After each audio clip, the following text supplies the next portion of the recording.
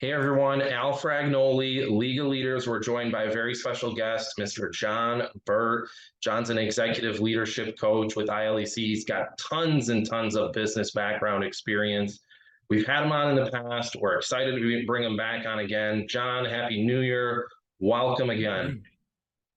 Yeah, Happy New Year to you as well, Al. We're looking for big things to happen in 2023. Thanks for having me on your podcast for the first episode for the new year.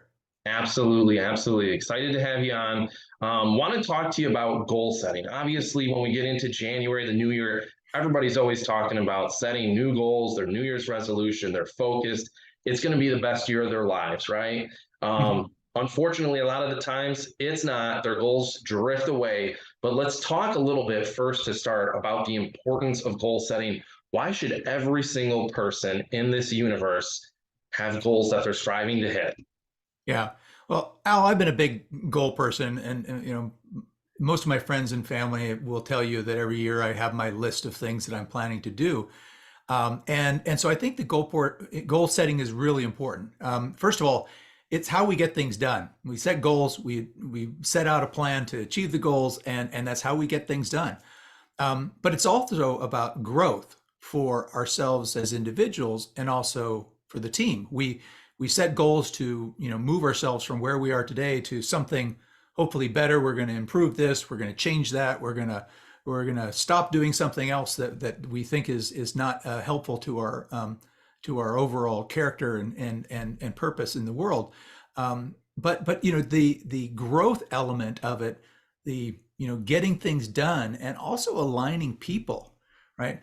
In order to get everybody aligned and get a team moving in the right direction, you need to be setting goals for them that they can all agree upon and they can all focus on. So I think the goal setting is extremely important. Absolutely. I mean, you mentioned it. You have to set a vision for yourself, right? You've got to have goals. If we don't have goals, we're not as likely to get things accomplished. We know that through all the research and data that's out there. It's important, John, to write them down too, right? Oh, We want absolutely. to. Yeah, I mean, this is a big one, Al, right? People think that they have a goal, they talk about it, but they don't actually write it down. And there is something that happens when you actually have to put something down and you put it on your refrigerator or on your dashboard in your car or in front of your computer screen so that you're reminded what you set your goal to be. And there's a transformation process of committing to something to say this is what I want to achieve or what I want to change or how I want to grow this next year. Absolutely. And you mentioned putting it in several different places, John. I love that because then your mind is trained to look at it multiple times throughout the course of the day, right? And the more you look at it, the more you see it, the more you're telling yourself, well, I have this goal for a reason, right? I created this goal for a reason. It's important to me. I need to continue to strive to accomplish it, Right. right? So, Right. talk to us a little bit, John, now about how do we persist through challenges, because when we set goals for ourselves, they're not going to be easy. We don't want them to be attainable and with overnight, right? So they're going to be long-term goals. Some will be a little shorter term goals. But how do you stick through that process when you have those challenging moments where you want to give up, you feel like you're not going to get it done? How do you find a way to persist? Yeah. Well, Al, I think most people, when they set goals, they probably don't go about it the right way. Many of us have heard about SMART goals, right? That's the specific, measurable, achievable, um, realistic, and time bound.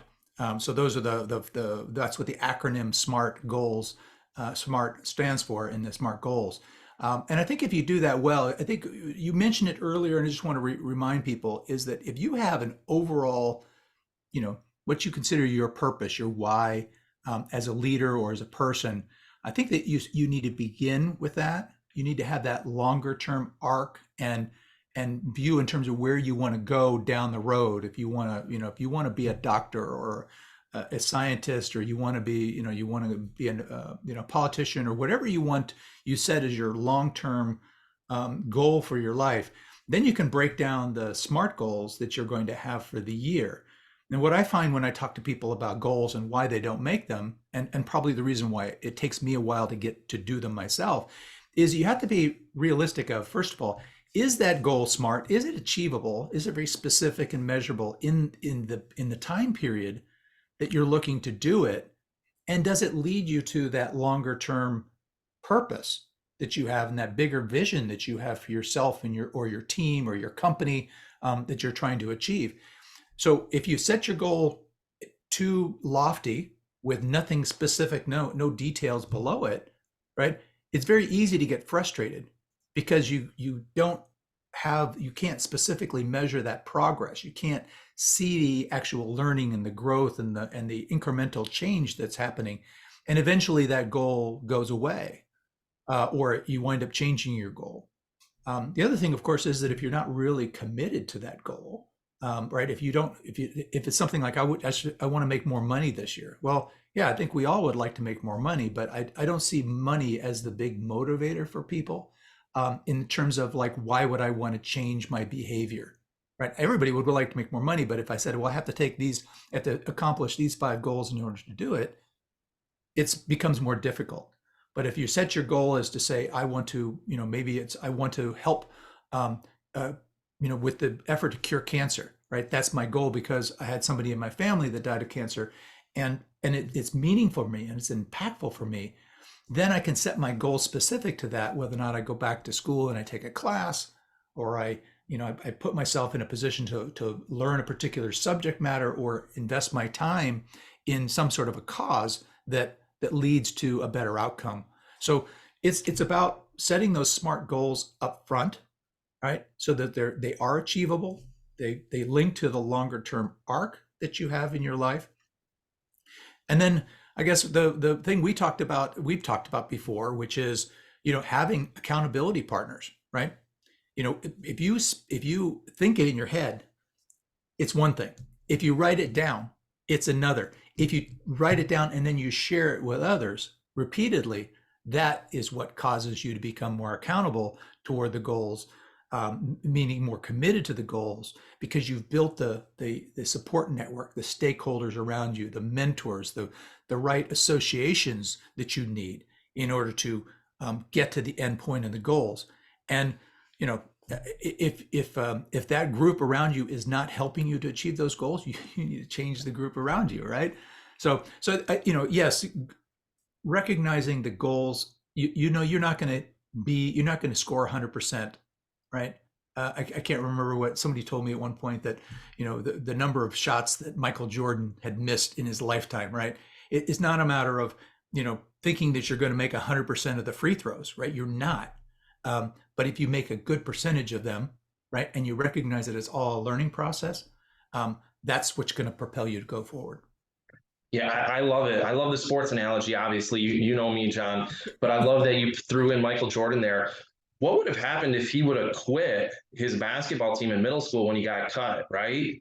We've all heard that story. You got to persist. You got to keep going. Or even Tom Brady's story. When you follow Tom Brady's background, I believe he was on a freshman football team that was winless, and he was the backup quarterback on that team he talks about. So, I mean, just imagine some of those athletes. I think a lot of times we look and we say, wow, these people are doing amazing things. This person has a ton of money. This person's a great leader. This person's a great athlete. And we say, I wish we could do that. But in actuality, we can. We might not be able to be an NFL quarterback winning 7 Super Bowls, but we can be elite in what we do. And it all starts with developing goals and good habits. You started to touch briefly on surrounding yourself with a good support system.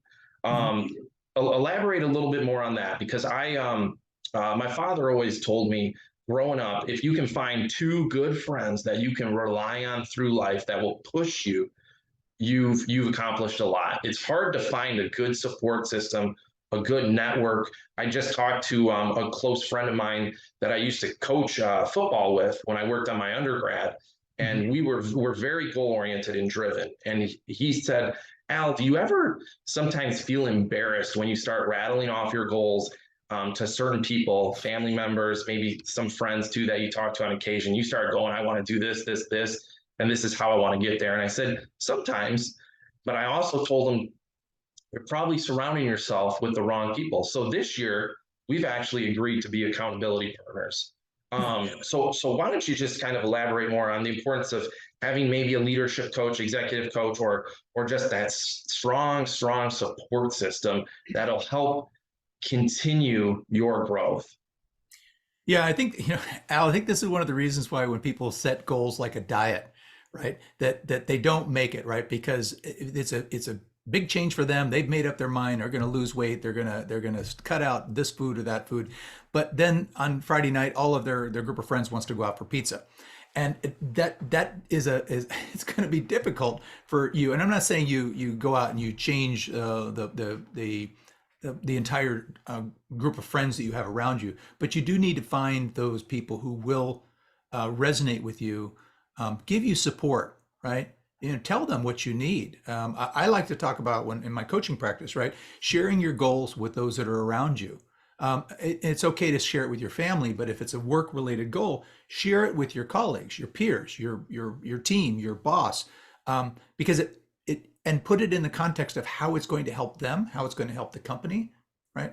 What you're trying to achieve for them, and then ask them for their support and the feedback along the way to say, hey, listen, you said you were going to do this, but I see you doing this. It seems like that's not quite aligned. But you have to ask people, and you ask people, share with people the goals, ask them to hold you accountable, and then you have to be willing to listen and give people the opportunity to give you that feedback versus maybe getting defensive. Hey, listen, it's only once I'm going to eat that pizza, but in fact, that person is giving you a signal saying, hey, I thought you said you were going to be on a diet, right? So if you're asking people to be your network, and like I said, it could be your stakeholder group at work, it could be your family, it could be your friends, could be a mentor, could be a coach.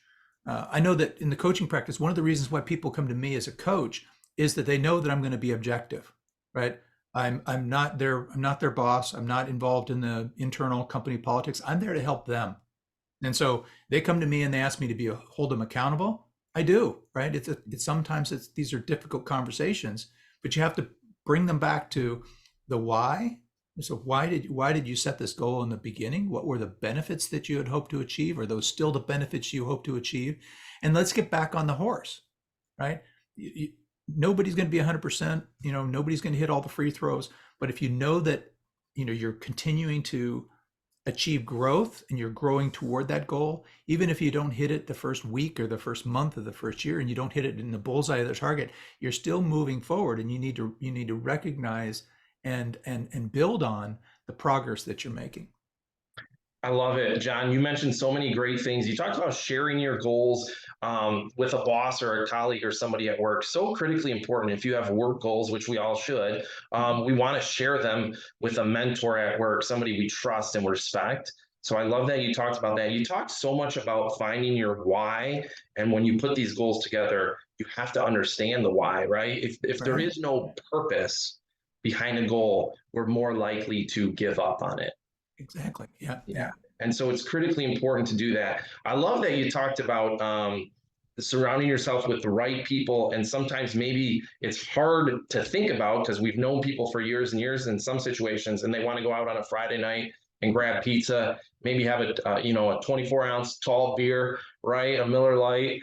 And we know that that's not the best for our diet. There's a book called 75 Hard by Andy Frisella, and it's a great book, but he talks about a lot of things and how it relates to goal setting. And that resonated with me when you said that, because he shared in there that you create goals, you do okay for a little while, then you have your core group of people, and you go out and if you're on a diet, you cheat because everybody else there wants to have that pizza and drink a beer.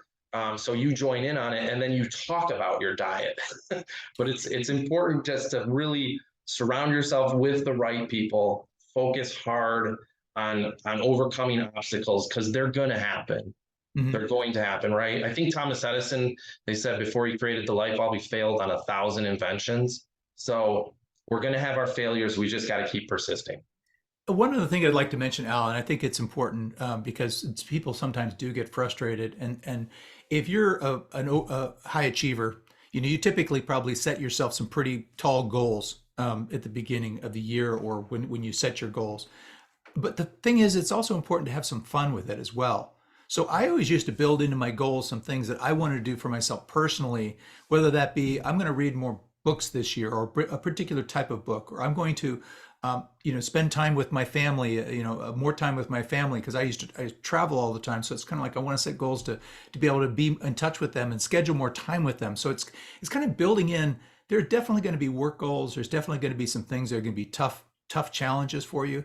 But I would say build in some things that you personally are going to enjoy, right? And it maybe bring joy to others as well in the process. And I think if you kind of make a balance and have some fun with it, I think it's much more achievable, and it gives you a sense of accomplishment as well, that you are achieving some of the things that are on your list, and it'll help you to this resilience thing you're talking about. If you can see yourself making progress in some areas, then you know you've got the capacity to build build on and accomplish some of the tougher goals as well. Yeah, 100%. That's a great point, John, that you mentioned right there. It's important not just to have work goals, but to have family and personal goals tied in there. And another thing that I think is critically important when we talk about stuff like that, it's really important to log your wins, right? I mean, it's a long process to attain some of the goals that we have and set for ourselves. Write down some of the wins that you have on any given day, because that'll increase the likelihood that you continue to fight hard and Yeah. push to accomplish those long-term goals. Yeah, if you have some measurements, some things you can look at, right? And you if you post your goals in front of you, or you wind up sitting down, schedule some time at the beginning of every month and just say, hey, how am I doing? Right? Some goals, you mentioned earlier, right? Most people with New Year's resolutions, by the time the first month is over, we probably lost half of the people in terms of people just giving up on their goals. And then by the third month, probably 80 to 90% of people have given up on their goals. But if you schedule some time for yourself to kind of reflect and say, hey, listen, I set this goal. Now some time has passed, and I want to see where I am, measure what you've accomplished, what's gone well, what's not gone well, and what adjustments that you want to make. It's okay to say that my goals have changed, Mhm. or I need to be more specific, or I need to go at a slower pace. But I would say try not to give up on something. Try to get back to the idea of why you were doing it in the first place. And then you might need to review the smart element of it. Is it specific enough, right? Do I have the right metrics associated with it? Or do I have the right time frame that, if I thought I was going to become a doctor in a half a year's time, probably not realistic. But if I'd set a 4 to 8 year arc, and then what do I want to accomplish in that first year, or in the first 6 months, or in that first 3 months, that's going to lead me to getting to that end goal. Absolutely. Got to break it down. Absolutely. John, write down your goals, understand your why for each goal, and surround yourself with great people. John, you're a great person. We can't thank you enough for coming on and chatting with us. We know you're going to do wonderful things this week, this month, this year, for years to come. So thank you so much for joining us and talking about the importance of goal setting. We appreciate your time, John. Thanks for having me on, Alan. Good luck in 2023 to you. Thank you. Appreciate that.